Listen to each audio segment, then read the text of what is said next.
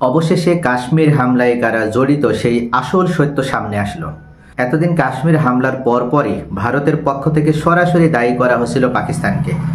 প্রত্যক্ষভাবে না হলেও এই ঘটনার পেছনে পাকিস্তান পরোক্ষভাবে হলেও জড়িত এ ধরনের অভিযোগ দিয়ে আসছিল ভারতের পক্ষ থেকে।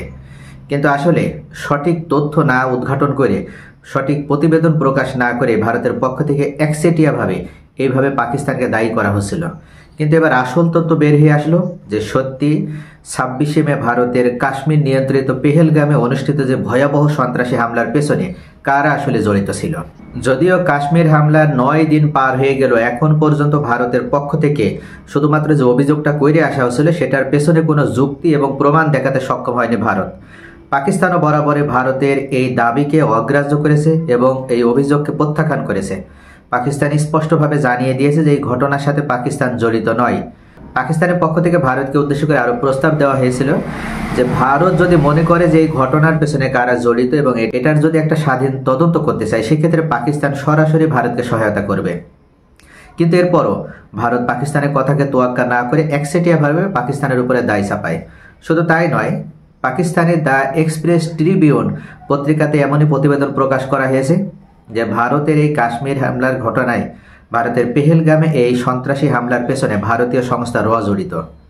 ভারতের গোয়েন্দা সংস্থা র শুধু জড়িতই নয়, ঘটনা সংগঠনের 72 ঘন্টার ভিতরে পাকিস্তানকে কিভাবে দায়ী করা যায় এবং পাকিস্তানের উপরে অভিযোগ দেওয়ার মাধ্যমে পাকিস্তানে কিভাবে সর্বাত্মক যুদ্ধ পরিচালনা করে পাকিস্তানের পুরো কাশ্মীর অঞ্চল জয় করে নেওয়া যায় তারই একটা নীল নকশা তৈরি করেছিল ভারতীয় গোয়েন্দা সংস্থা র। যদিও এই ঘটনার পর বিভিন্ন নাটক দেখা গিয়েছে। ভারতের প্রধানমন্ত্রী নরেন্দ্র মোদী সৌদি আরব সফর সংক্ষিপ্ত করে দেশে ফিরে এসেছে।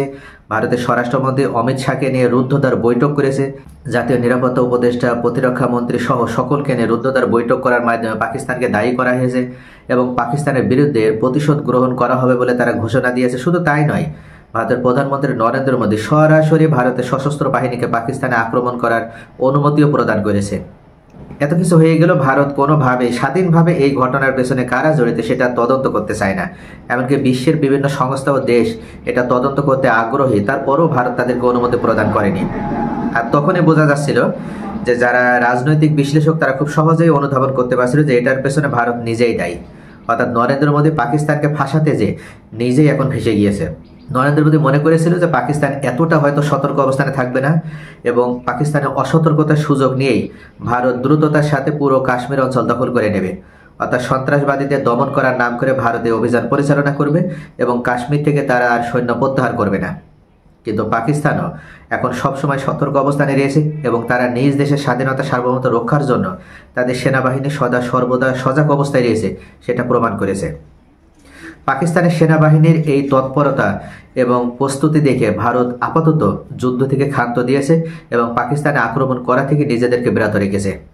তারপরে এখনো পর্যন্ত কিন্তু যুদ্ধের আশঙ্কা সম্পূর্ণভাবে শেষ হয়ে যায়নি, কেননা ইতোমধ্যে মার্কিন যুক্তরাষ্ট্র পররাষ্ট্রমন্ত্রী মার্কো রুবিও পাকিস্তানের প্রধানমন্ত্রী শাহবাজ শরীফ এবং ভারতের পররাষ্ট্রমন্ত্রী এস জয়শঙ্করের সাথে ফোনে কথা বলেছে এবং দুই পক্ষকে শান্ত থাকার জন্য অনুরোধ করেছে, সর্বোচ্চ সংযোগ দেখানোর জন্য অনুরোধ করেছে।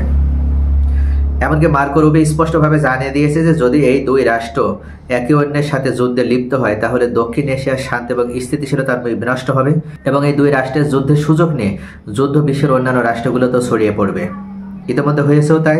যখন ভারত একচেটিয়াভাবে পাকিস্তানকে একঘরে করার চেষ্টা করেছে, পাকিস্তানকে দায়ী করার চেষ্টা করেছে, তখন সর্বপ্রথম পাকিস্তানের পাশে এসে দাঁড়িয়েছে তুরস্ক। এছাড়া চীন বন্ধুপ্রতিম রাষ্ট্র হিসেবে সবসময় পাকিস্তানের পাশে ছিল। এমনকি চীনের পক্ষ থেকে বলা হয়েছে যদি এই ঘটনার সাথে পাকিস্তান জড়িত থাকে তাহলে চীন পাকিস্তানের বিরুদ্ধে শাস্তিমূলক ব্যবস্থা নেবে।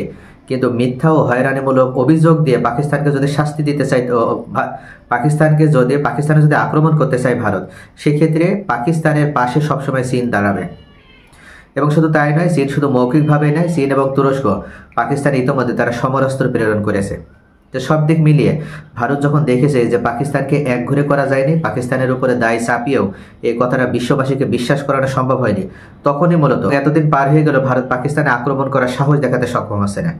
আর এই মুহূর্তে পাকিস্তানের পক্ষ থেকে, পাকিস্তানের জাতীয় দৈনিক দ্য এক্সপ্রেস ট্রিবিউনের পক্ষ থেকে এই প্রতিবেদন প্রকাশ করা হয়েছে যে এই ঘটনার পেছনে ভারতের গোয়েন্দা সংস্থা র জড়িত এবং তাদের কাছে সম্পূর্ণ প্রমাণ রয়েছে।